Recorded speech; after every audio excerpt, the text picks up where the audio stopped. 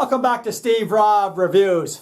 Today's video, well, I'm going to be reviewing this bug zapper. I've never owned a bug zapper. I don't know what to expect, but apparently the reviews are great. We're going to go over, take it over to the bench. We're going to take a look at it. We're going to test it out, and then we're going to go up Northern Ontario, and we're going to have it installed.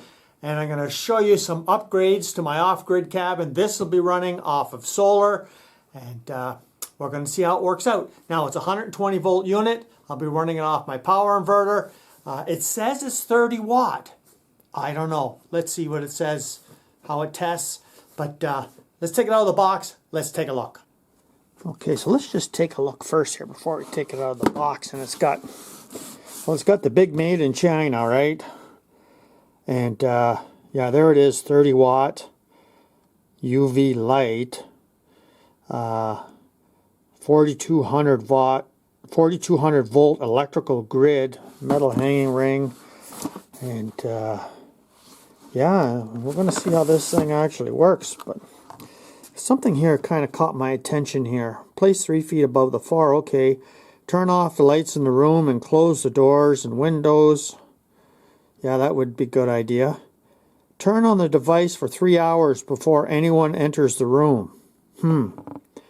For better results, please use it for 3 to 5 days continuously. Okay, I don't get that part, guys. I don't get that part, but you know, yeah. So this is it right here. I'm going to rip it out of the box. I'm going to put it on my tester. Let's see if it's 30 watts. Okay, so here's the unit right here, and comes with a little brush, comes with some instructions. And so it's got an attractive light in there, a UV light apparently, and then it'll zap them with that 4200 volts. Yeah, right. And apparently there's a light on the bottom here. Now it says it's 30 watts. So let's plug it in. Let's see. Okay, so I can see the light comes on and everything. That's fine, but I'm only getting 16 watts. So I'm thinking maybe the 30 watts is after you put the light on. So here's the light in the bottom. I don't think I'd ever use that light in the bottom anyways. I mean, what's that for? Attracting them? But I'm going to hang this up at my camp in a nice spot so I can turn it on and try it out and see if it works. But yeah, even with the light on, I'm getting 21 watts. So it's not 30 watts. That's why I test everything, because I like to know exactly how much power it's actually drawing off of my solar inverter. So 17 watts, not bad. I've seen other people use these things, and they seem to work good. It's got good reviews and everything. If it's going to work for me, I'd be happy. And I'll tell you exactly the reason why I bought this thing. So let me start off with that, and then we're going to head up Northern Ontario. Okay, so the reason why I'm trying this thing out is because I've had my years of getting all ready, getting ready to go to bed. You're laying there and all of a sudden you hear the buzzing. And you know that you're never going to get to sleep. This thing's going to get you. The mosquitoes are going to get you for sure. And you got to get up and you got to find this damn mosquito. And so I'm going to try this where I can close the doors at nighttime, put this thing on, and hopefully it'll attract it and get them. Because you know what? I've had enough of these mosquitoes. So hopefully this will work. And I'm going to show you the exact spot that I'm going to put it in and how it's all going to be wired up, because you know my cabin's off grid. This is 120 volts. So we're running off my power inverter, and for under 20 watts it'd be no problem. I'm thinking, leave me a comment down below if any of you have these. I'm thinking that if I put it on, say a half an hour before I go to bed, it's going to attract them to zap them. If that's the thing, well, I'd be happy. Anybody got any experience with these things? Well, leave me a comment down below. So, I mean, I'll show you the price I paid for this. I mean, it's not that expensive, and I'm really not expecting that much. I don't know what to expect, but I wasn't going to go spend a whole lot of money on something that maybe doesn't even work in the first place. I'm not too sure. I've never used one of these. So let's go up Northern Ontario. I'll give you a little tour of the kind of stuff that I've been doing this summer on the inside of the cabin there. And where I'm putting this bug zapper, and in the future, well, I'm going to let you know if it works or not. Well, here we are. We're in Northern Ontario. We're inside the cabin, and I'll show you the bug light working. I'll just flip the switch here for you. There it is right there. And so far, well, I haven't had a chance to actually try it out. I haven't got any mosquitoes in here yet. It's been pretty cool. I'm going to take you off the tripod, give you a little bit of a tour of some of the stuff that I've done the last 6 months.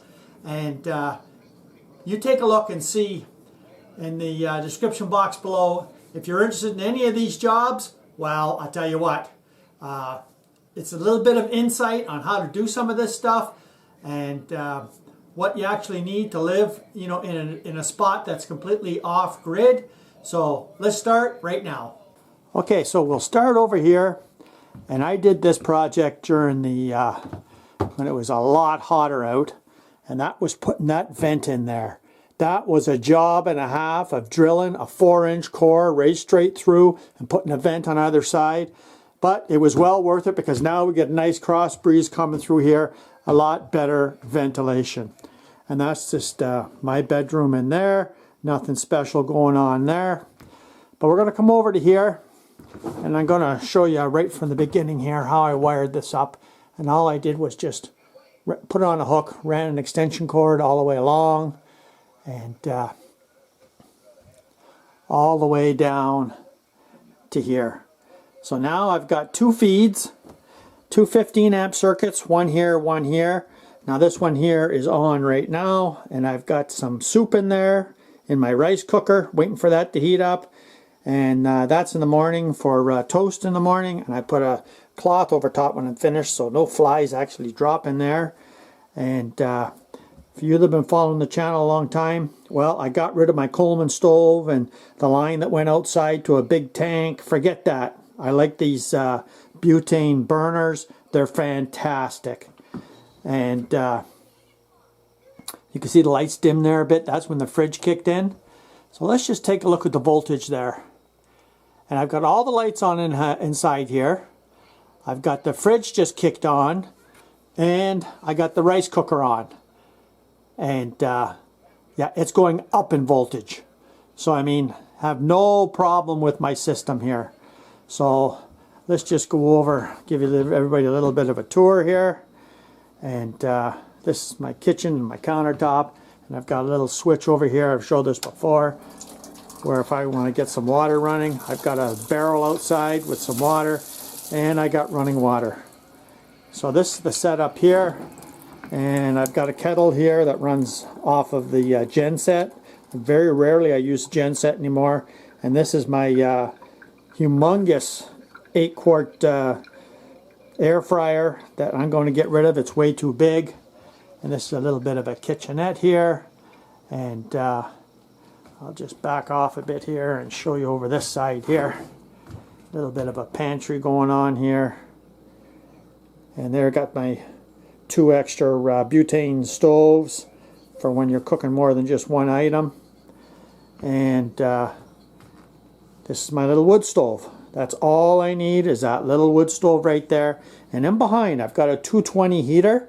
Sometimes when it's cool, I can just start the generator setup and just for 5 minutes heat this whole cabin up rather than heat the wood stove on, and it's a lot better like that. So this is another project that I did where I put these 3 fans that run off a solar panel outside, and it just blows nice breeze inside here. And that just does an awesome job of ventilation, keep this place well ventilated over the winter time. And that's my new fridge. And this fridge is just awesome.